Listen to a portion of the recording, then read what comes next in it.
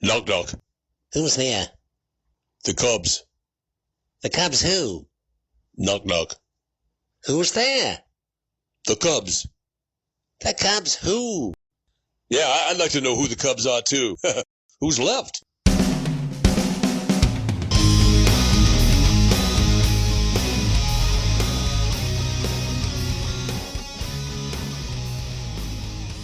Welcome to Baseball Biz. I'm Mark Harbert, your host, and with me, as always, is my co-host, Mr. Brandon No Way. How you doing today, Brandon? Mark, I'm doing really good. It's a little stressful putting together all these notes for trade deadline day, but it's really exciting. Yeah, it is. I mean, it's hard to keep up, man. I mean, like you said, you're writing this. I know you kept your thumb on the pulse, and that pulse is it's going pretty high. I think the blood pressure of the MLB has to be popping.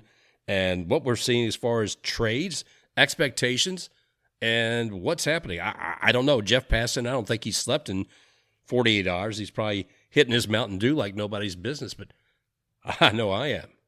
I saw him on SportsCenter last night, and the host asked him if he'd eaten, and he said no. just a plain flat out no. Just flat out no. I know I saw something at 6. He was putting stuff out there, I think, like at 2 in the morning, and at 6 in the morning, he's putting other things. It's like, good Lord, boy, do you ever sleep? But not now, no. And he maintains that perfectly slick back hair. So, Jeff Passan, we salute you for all you've done and all that you share with us and the rest of the world. So, Brandon, you and I need to share some things too, man. It is trade deadline week, folks. And if you haven't been paying attention, let's see what else is going on. Oh, Olympics, NBA draft, non-essentials. And let's get to the important, the meat, the matter, baseball. So what do we got, brother? Well, a lot's happened. We're going to start off with a little bit of a trade that happened earlier this week. The Pirates traded Tyler Anderson to the Mariners in exchange for minor leaguers catcher Carter Bins and right-handed pitcher Joaquin Tejada. And fun fact, Anderson was originally traded to the Phillies, but that deal was held up due to a medical issue on the Phillies end of the deal, so that one fell through, and he wound up in Seattle. Oh, I was wondering about that. I mean, when they said medical, I thought surely they wouldn't pick him up if there was a problem with him. Yeah, I originally thought it was Anderson with the problem, but it looks like it was one of Phillies' return players, so they ended up saying, you know what, we don't have time for this. The Mariners have a good offer. We'll just go with theirs. There you go. Moving on to a deal that's happened relatively recently. The Padres acquired a pitcher from the Nationals. Now you may be getting all excited. For reliever Daniel Hudson, San Diego is sending right-handed pitching prospect Mason Thompson and shortstop Jordy Barley to Washington.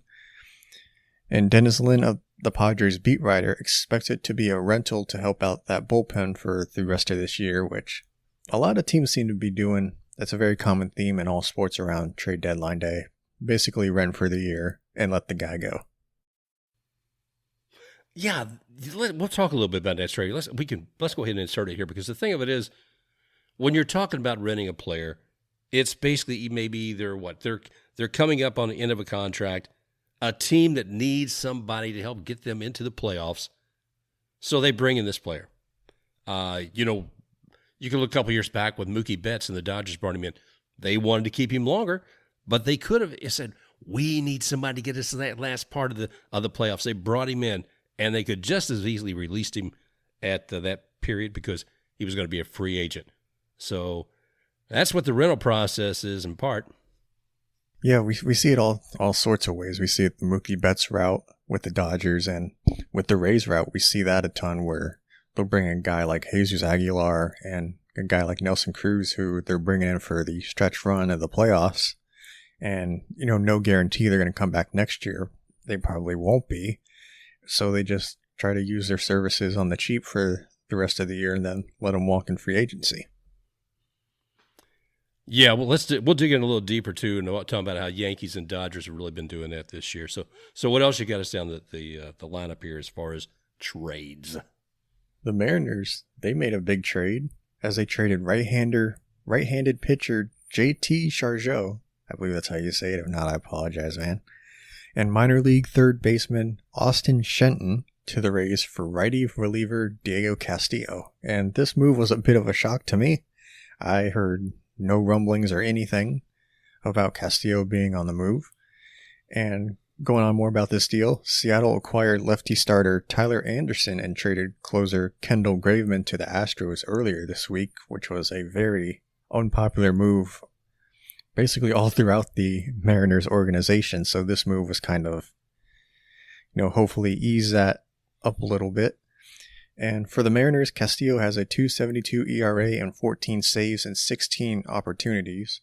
And Chargeau has a flat 3.0 ERA and relatively similar innings and situations as Castillo. But for Seattle, I think this is an upgrade for you guys. And for us Rays fans, I don't really know much about this one. It seems like a downgrade, but I'll hold my tongue on final judgment with this one.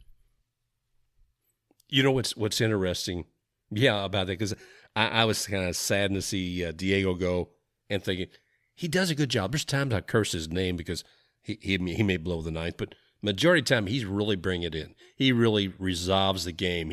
He completes it for the Rays. And I saw the game yesterday afternoon. I hadn't seen the news yet about Castillo, and I didn't see him coming up to wrap up the ninth inning. Of course, wrapping up the ninth inning yesterday with the Yankees really didn't require that much work. It was like a 14-0 beating on top of the Yanks from the Rays yesterday. Yeah, I had to throw that one in there. Of course. Well, and simultaneously, Boone was not up in the lineup the other day, and I thought, oh, I know the Yankees need to make changes. Are they getting rid of, I said Boone. I was trying to figure out. Judge was not in about this. For a minute. Boone wasn't in the lineup. Judge wasn't in the lineup. Boone hasn't been in the lineup for many years. Yes. Oh. So Judge wasn't in the lineup, and I thought, are they trading him? Hell, they could have been trading both, but I'm working on plenty of Tylenol and caffeine today, so forgiveness on some of my bumps here along the line. So I mean, there you go. You start seeing people not appearing in the lineup, and you're saying, okay, are they being traded at this moment? Because the deadline is today, Friday, and here we are, July 30th at 4:00. The doors closed, saying all trades are done. So this has been a racetrack of activity, and so what else we got going here, Brandon? Some of the other trades. Sticking with the Rays, they made a trade for a reliever. His name is Sean Armstrong, and he is from the Orioles. He plays in AAA for the Norfolk Tides. I believe that's what they're still called. And this was reported by Masson's own Rock Kabatka. Great name. That's an awesome name, to be honest. He reports it's a deal for cash considerations. And Armstrong, he seems like he's more of a AAA option because he has a 3.18 ERA and 15 innings this season at AAA and 20 innings pitched at the major league level with an ERA of 8.55. Wow. Yeah, hopefully that's not the answer for Castillo leaving, but maybe it's just a depth situation, but he doesn't seem like a major league option to me, just looking at the stats. Yeah, you have to feel there's something else in the mix. Maybe some other future, I don't know, that they're looking. I don't see a player to be named later or cash, so I'm not sure what they're doing there. Well, heading to some big fish that other teams reeled in. The Yankees, they've had a heck of a past couple of days, haven't they? As they traded for Anthony Rizzo. Ken Rosenthal reported that he was traded to the Yankees on Thursday before the teams made it official. The Yankees are sending outfielder Kevin Alcantara and pitcher Alexander Vicino back to Chicago. And Cubs fans aren't really taking this very well. They're a bit upset and sad over the end of an era. And a producer of the Dan Patrick Show, who is a Cubs fan, Paul Papps, tweeted out on Twitter last night, "After watching what's going on with the Cubs on SportsCenter, I had to change the channel to something that would calm me down / cheer me up for a bit. And I'm not kidding, I put on a season 1 episode of Ozark." Oh, gosh. And that's not the most calming, cheerful show. No, if any of you have seen Ozark or haven't, let's just say there's scenes involving a young teenager with shotguns and crazy opium-filled people threatening lives everywhere. So, yeah, oh gosh. So, yeah, I'm sorry to hear that's what it took to cheer him up. Dark times in Chicago, I guess. Oh, gosh. I know. I mean, I've been following some of the Cubs folks on Twitter. I think Sarah Sanchez, I think she realizes this may have happened, but I was messaging with her a couple of weeks ago, saying, hey, what's going on? What about Jed Hoyer? You hear anything about, he's the GM up there. What, you hear anything about what he might be wanting to do come trade time? And she says, he's not very transparent. So there was no telling what was going to be coming out of the Cubs. And you gotta wonder if they're abandoning this season. But the Yankees, you and I've talked about this before. I mean, the Yankees, what has been their greatest need? It hadn't been right-handed batters. Oh, yeah, they have plenty of right-handed batters. That seems like all they have in their lineup, but especially in that little sandbox they call a stadium up there in New York, you think left-handed hitting would be key for them to acquire, because how many times do you see a ball that's a routine fly ball at every other stadium in the majors, but is a 10-row deep home run up in the Bronx? What, up there in the short porch? Yeah. Yeah, it's kind of sad. But I don't know. So we'll see what that, because they're bringing in some left-handed pitchers. I'll let you continue on what's going on with these Yankees. Yeah, and sticking with the left-handed theme, one day before they acquired Rizzo, they added Joey Gallo in a push to improve a team that sits 9 games back of the first-place Red Sox, the 3-time All-Star. And one last thing on Rizzo before we move on to their next move that they made. Rizzo is batting .248 with 14 homers, 40 RBIs in 92 games. And many say that the Yankees will now focus on pitching, which is something that I think they really should focus on, especially the bullpen help. And Mark DeRosa, I saw on MLB Central about an hour ago, at the time of recording, suggested that Luke Voit could be used as a trade piece, especially since their next addition could take over as a first baseman, as they acquired Joey Gallo and left-handed pitcher Joely Rodriguez. That was reported by John Paul Morosi and Mark Feinstein. With the Rangers, they acquired shortstop Josh Smith, who was the number 14 prospect in the Yankees pipeline, second baseman Ezekiel Duran, the number 15, second baseman / outfielder Trevor Hauer, the 23rd prospect, and right-hander Glenn Otto, the 28th ranked Yankees prospect. So it looks like what the Rangers are looking to the future, and whereas the Yankees are looking for right now. I mean, let's face it. I was putting Aaron Boone, the manager, for trade, but seriously, he and the general manager Brian Cashman have come under a lot of heat, here in the last bit or so, and part of that has become, we need some strength. And Texas says, hey, guess what? We need some strength, but we need to build for a future too. So I guess that's their direction.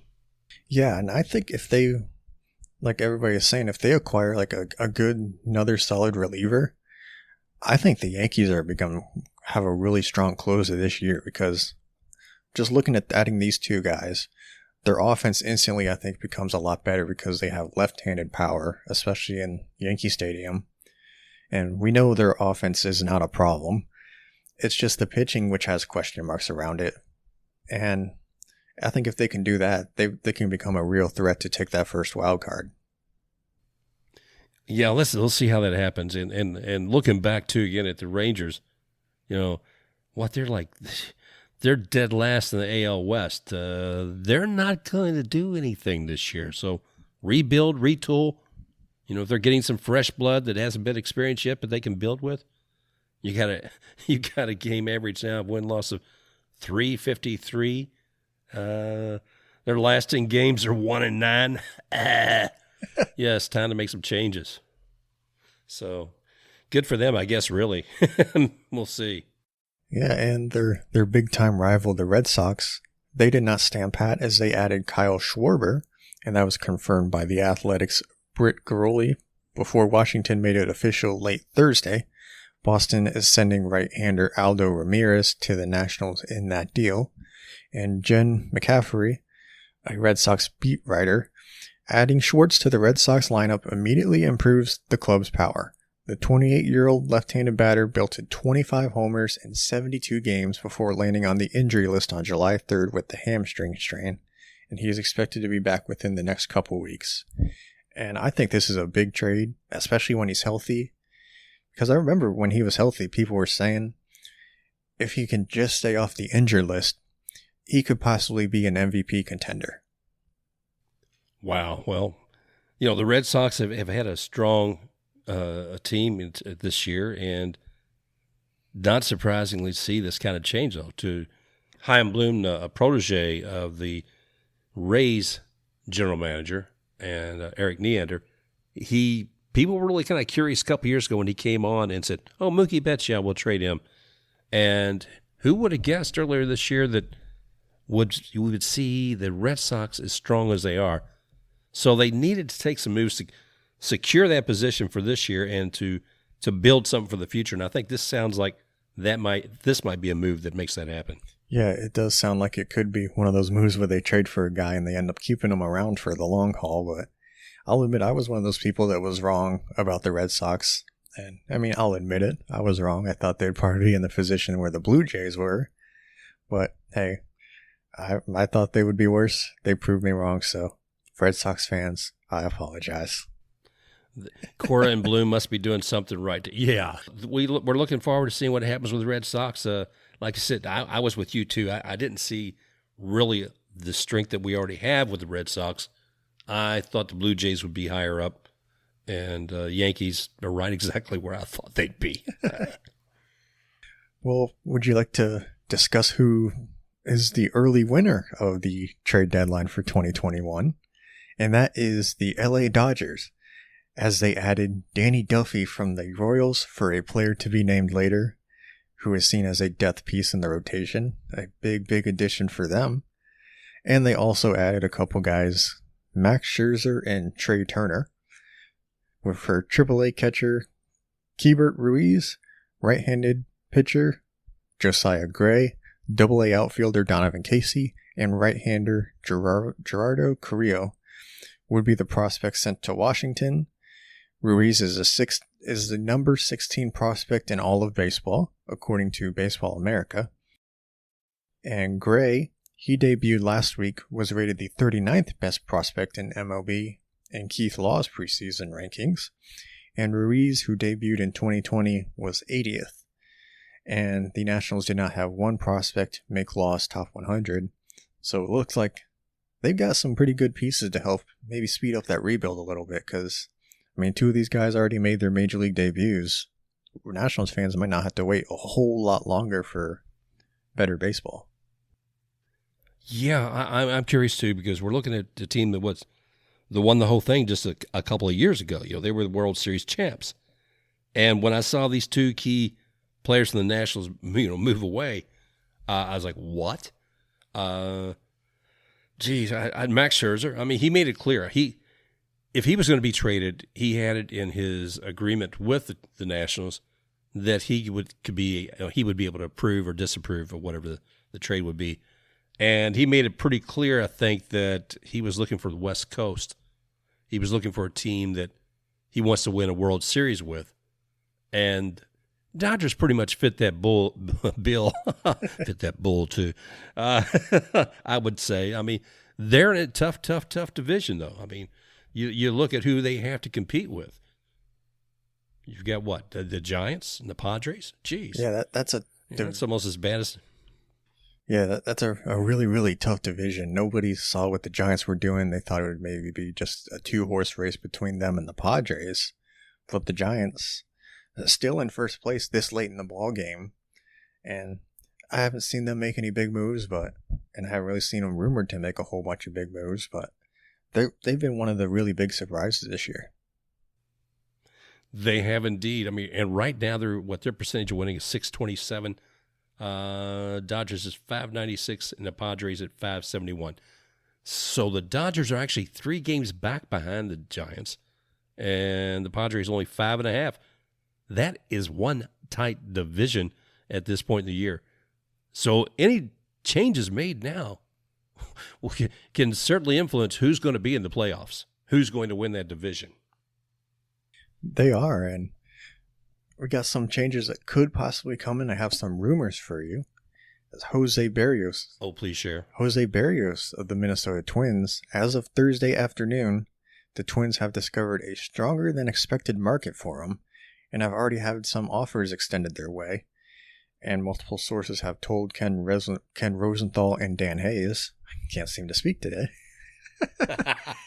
a group of It's all the excitement. It's all the excitement, Brandon. It is. Contenders, including the Blue Jays, Dodgers, Yankees, and Rays, have expressed interest in the two-time All-Star. He's scheduled to start for the Twins on Friday night in St. Louis, which is tonight.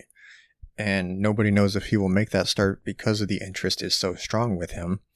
And so far this year, he is 7-5 with a 3.48 ERA, 126 strikeouts, and 121 and 2/3 innings this season. Wow. You know, I mean, he's there, and he's, like you said, he is strong. I didn't really see him on the radar. I missed that one. I'll be quite honest with you. There's a lot of other players that were at the top for me, and I didn't see him, so I'm really curious to see, where he does land. Yeah, I didn't really think of him as a trade possibility either. Maybe it's just because the Twins have had a disappointing year though so far with all the expectations of making the playoffs. They're letting pieces go off, try to rebuild a little bit. And with all these contenders out there, the Dodgers, I don't know what's going to happen with them since they got Scherzer. The Yankees, I think, could be a good contender. The Blue Jays. And I think the Rays should really try and make this trade because looking at their rotation, yes, they're going to get Glasnow back. I don't think that they're as strong as a rotation as they need to be to make a deep run in the playoffs. Because I don't think they have a true number 2 pitcher. Yes, Archer's is a nice pitcher. Yarbrough, McClanahan, they can be really, really good. But the only problem with me with those two is that they're just too inconsistent for me to be a good number 2 pitcher that you need to go deep into the playoffs. Well, I'm looking at Patino after the other day as being a guy who potentially could be their number 2 pitcher. Maybe he's too young, and maybe I'm judging on a very short number of games to say whether or not he can do that. But he's shining there. And, there's so much depth when you get to the Rays and their bullpen, but there's also a lot of depth on that injury list right now when it comes to pitchers. Yeah, go ahead. It just, sorry for interrupting you, but it just seems like every week we have a new person going down on the IL because didn't Fairbanks just go on there a couple days ago after getting off of it about a week ago? Yeah, yet another one. And it's a long season, 60-game season. You may not have as many injuries because you don't have as many games, but we certainly have seen our share of those with the Rays. You know one thing, though? Go ahead. Oh, no, you can go ahead. I was going to move on. No, one thing I was going to say is that talking about the Rays, and maybe you're going to talk about this, I know, in a few moments, but talking about the Rays, I think there's always a lot of pressure to make trades on those. And Eric Neander, he has. We were talking about it earlier. The Nelson Cruz thing, bringing him in.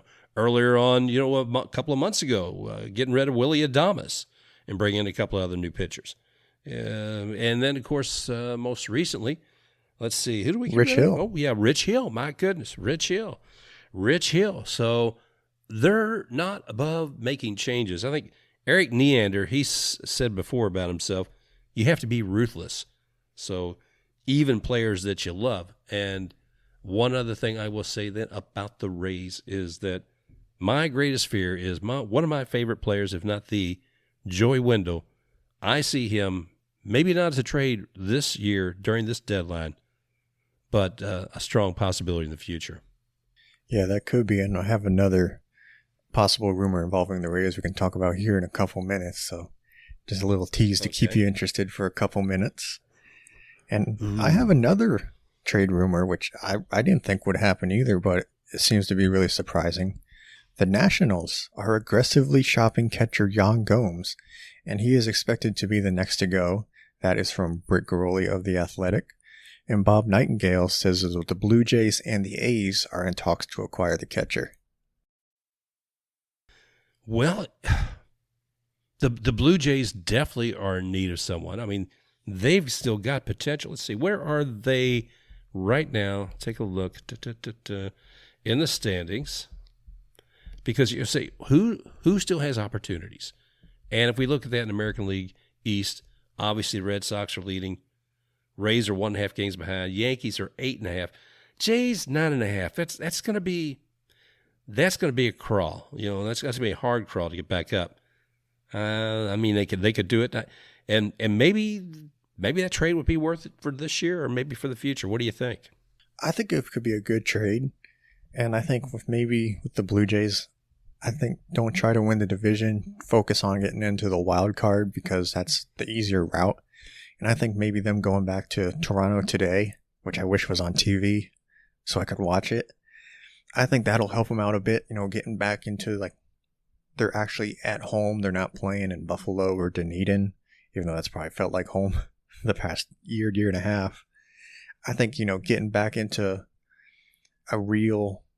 your real home and having the crowd on your side, I think maybe that'll give them a boost and it'll maybe give them some extra incentive to get into the playoff push, and maybe making a move like this could really add to that.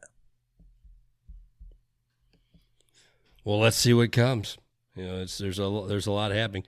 So what else? What other grist do we have? It should be. What other grist do we have in the rumor mill? Well, it involves the Orioles, and no, they are not making trades to make a playoff push. John Heyman is reporting that they are fielding calls for John Means and Trey Mancini.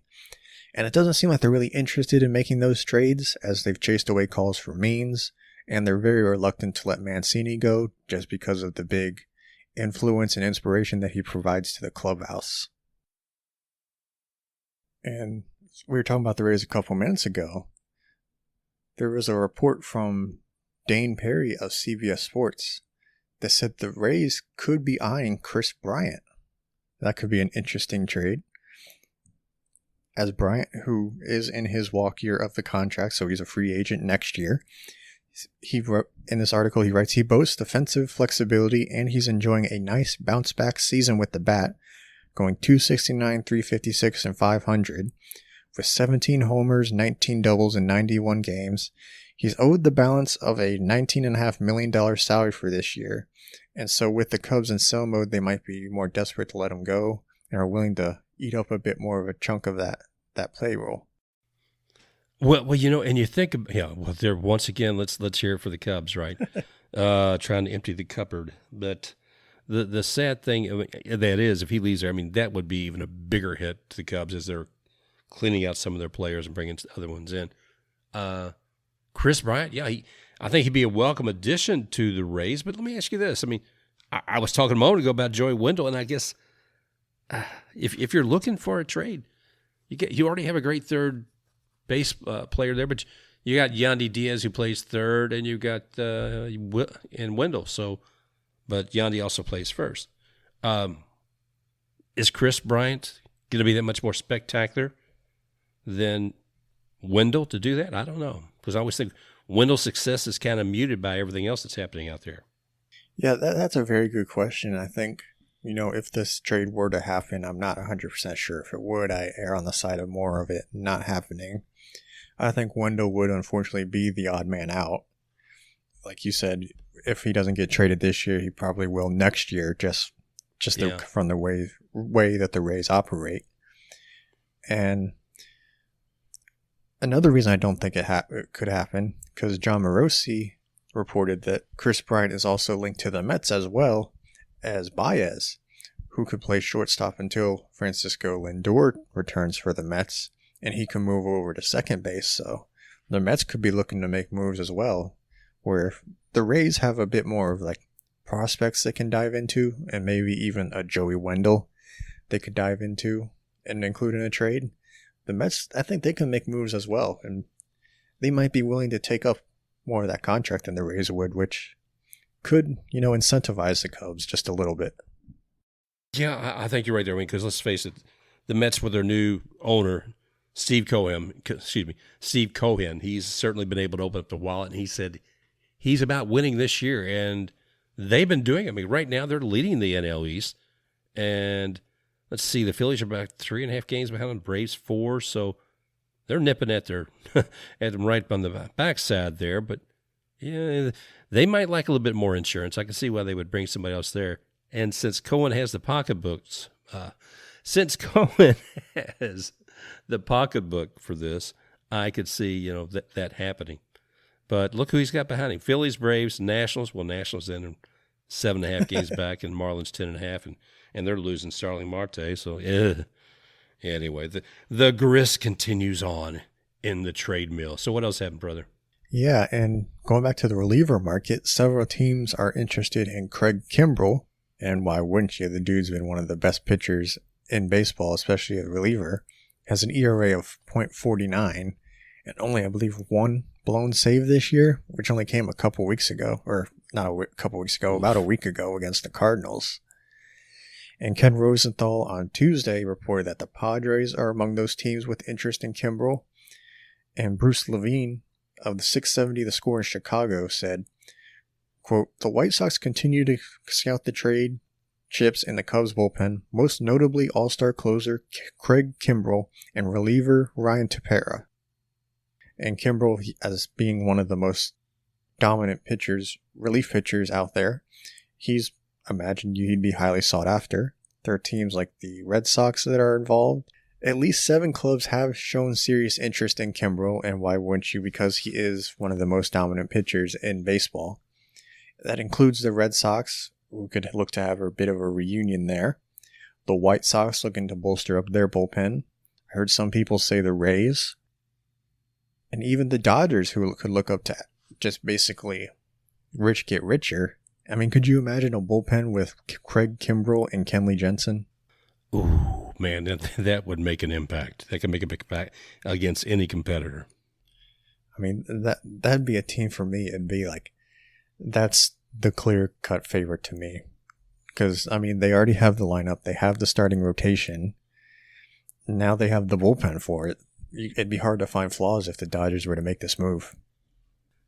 Well, let's see what comes, brother. I mean, it's the clock is still ticking. Right now, here we are on Friday. It's man, there's still possibilities for these changes. Yeah, and I have just a couple more rumors to go over before I wrap up my little rumor mill. There was a report from MLB.com asking the question of the Padres willing to trade elite prospects to move Hosmer. And they wrote, the Padres continue to discuss potential trades for first baseman Eric Hosmer in an attempt to free up payroll space for other trade deadline deals. And that was reported because he is in the 4th year of an 8-year, $144 million deal. And I don't know how much this trade offer is still on the table, considering we're later on and most of the big fish are off the market, so to speak. So I don't know how much this is really in play. I'm sure if you gave them a really good offer for like Kris Bryant or somebody, they'd take it, especially with Hosmer. But I'm not sure if this is one that's really going to happen this late in the ballgame. Yeah, yes, we'll see. Because Hosmer seemed like a fixture there, so I don't know. But if they're looking to make some changes and need payroll, I could see that happening. What else we got, Brandon? We had Trevor Story possibly going to the Giants. I wonder about him. John Morosi reports that the Giants are well positioned to acquire Story or Kris Bryant, and they don't know if Colorado would trade with a division rival of a big-name player like Story. And Brandon Crawford is going to come back in a few days at shortstop, and Story plays shortstop, but then they could easily slide him over to third base while Evan Longoria is on the 60-day IL. That could be an interesting move. I'd like to see it just because of the novelty of it as much as anything. It'd feel like it'd be like a very under-the-radar move because, I mean, Kris Bryant, the big name, going from the Cubs to the Giants, that seems like it'd be, a big-time headline-grabbing story, but I think Trevor Story would go under the radar, it would seem. I definitely would see it with Trevor Story. So, I want to see Kris Bryant with the Rays, but I don't know that'll happen.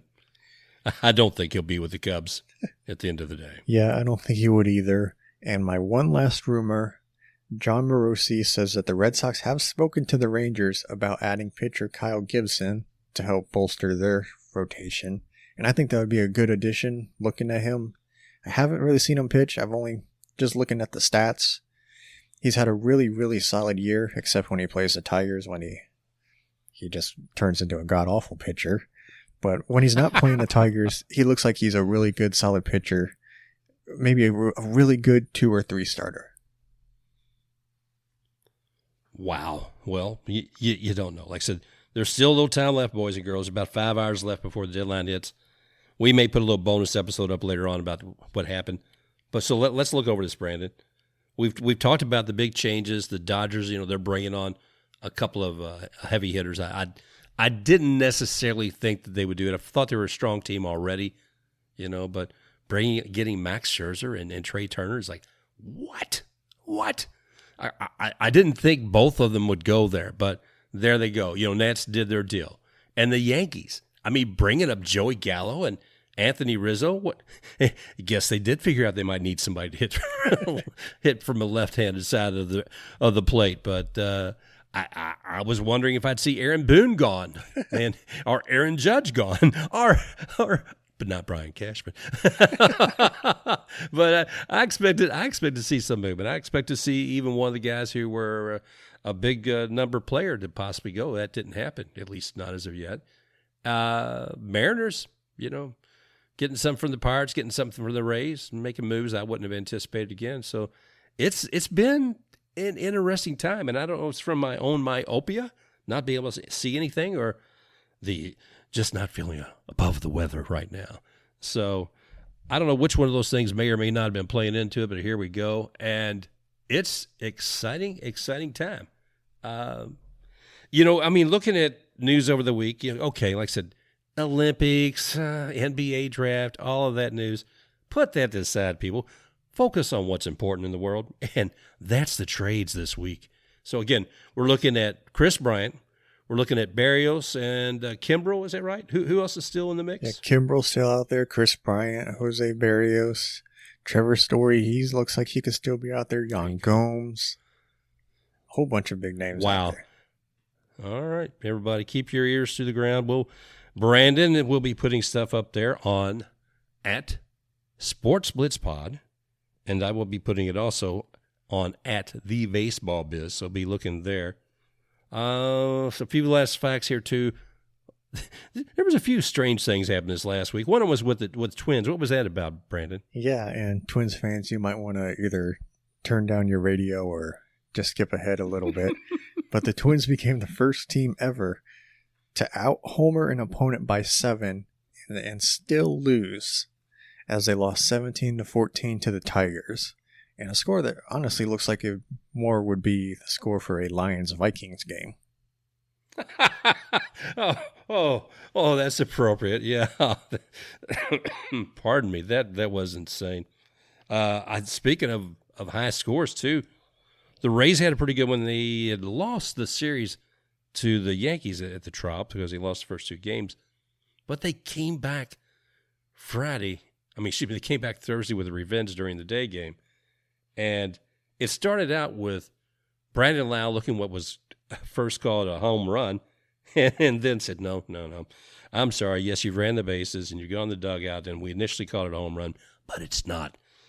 And after that, I don't know if it just gathered the ire and anger and energy of the Rays, but they came up and they decided to make a statement, and they did. So there they are facing Garrett Cole in that first inning. They go bam, bam, bam. But then four runs in that first inning. And then by the 6th inning, Garrett Cole's been struggling. And they come in the 6th inning, and what is it, I think 10 more runs? Anyway, the final of that was like 14-0. The Rays walked away with that win, and I think the loss of not having those left-handed batters probably made a difference. It could have made a difference during that game. So we'll see what it goes. Yeah. All right, Brandon, that's all I got pretty much for today. Anything else?